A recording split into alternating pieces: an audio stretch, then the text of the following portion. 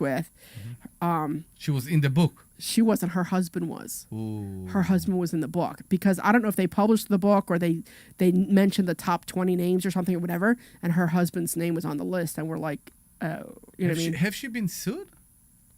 I don't know what I don't know. I guess she was arrested. I mean, it's illegal, isn't it, to be a madam? I don't know if it's illegal or not, but she need to be. Yes. Well, clearly,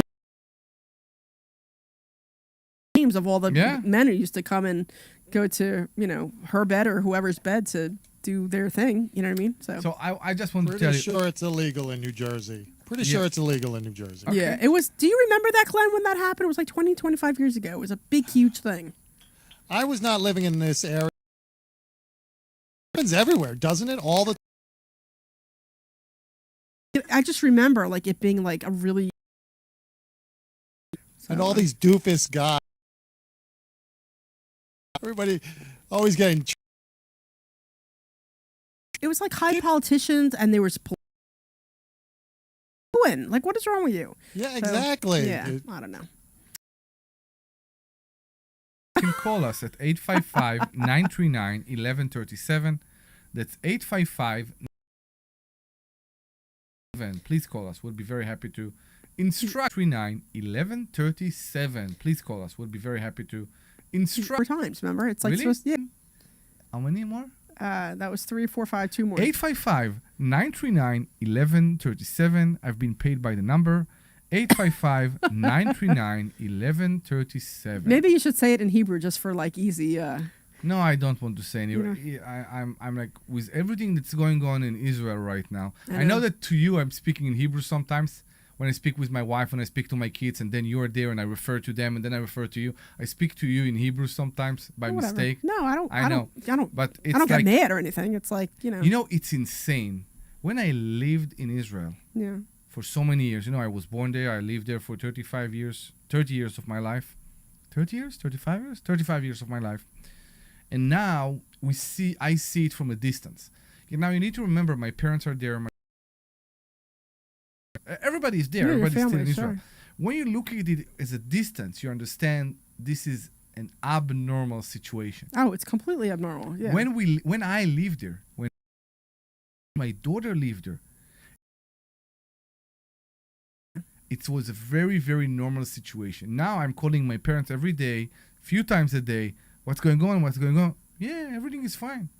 So my brother lives in Israel. My brother made Aliyah, like 25 years ago. And there you go. When I speak in Spanish, I speak in Spanish. So anyway, it was my brother and his wife who both live in Israel. And she's actually from Pittsburgh, and of course my brother is here from, you know, we were here from Jersey, but they were born in, well, anyway. So I went with my 2 brothers and my sister, but they are from like I said, they live in Israel. Now my brother's wife, my sister-in-law, she, like I said, she's from Pittsburgh, and her father was ill actually before we left, and he was put in hospital before we left. And after we got back, she went back to Pittsburgh, and unfortunately her father passed away. But they are trying to get back to Israel. I'm not sure if they're back yet or not. But I know the last I checked, they were stuck in London trying to get back to Israel, because I don't think they can get any flights into Israel right now. So to get home because of everything that's going on right now. But you know, I have learned to stop asking, hey, is everything all right? Is everything okay? Because they're just like, everything's fine. You know, they have the bomb shelters, all they want to do is go home, and they're not able to get home because of everything that's going on right now.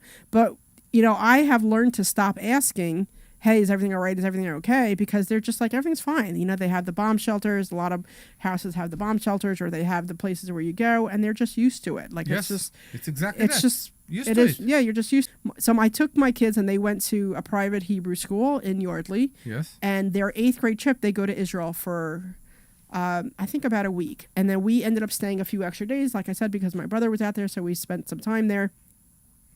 And we stayed out a couple of days. And I remember the one time, so they're like 6 or 7 hours difference.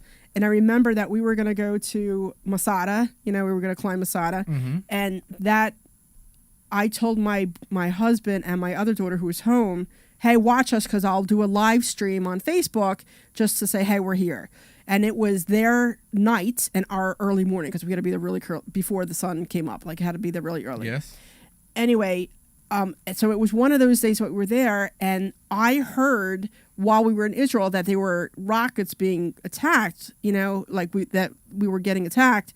And I had to text my husband. I said, so that when he woke up in the morning and he saw these attacks, there is nothing going on here. It's just a regular day. I said, if I didn't see this on the news, I wouldn't have even known. Yeah. And I wanted him to know, we were completely fine. I know. So that's the problem. Until it hits you, everything is fine. Everything is not fine. Nothing is fine for a person that go in the street and someone shot them in the back. So unfortunately, I hope the situation is fine. Yeah. And it's a common sense place to live in. I don't think ever be. I think, I remember seeing this T-shirt. My daughter has it. I believe you. That's my belief too. too. But it's a T-shirt and it says all the different people who have tried to exterminate the Jews. And it talks about they're gone, they're gone, they're gone, they're gone, they're gone, they're gone, and we're still here, we're still here, we're still here. You know what I mean? And I have to find that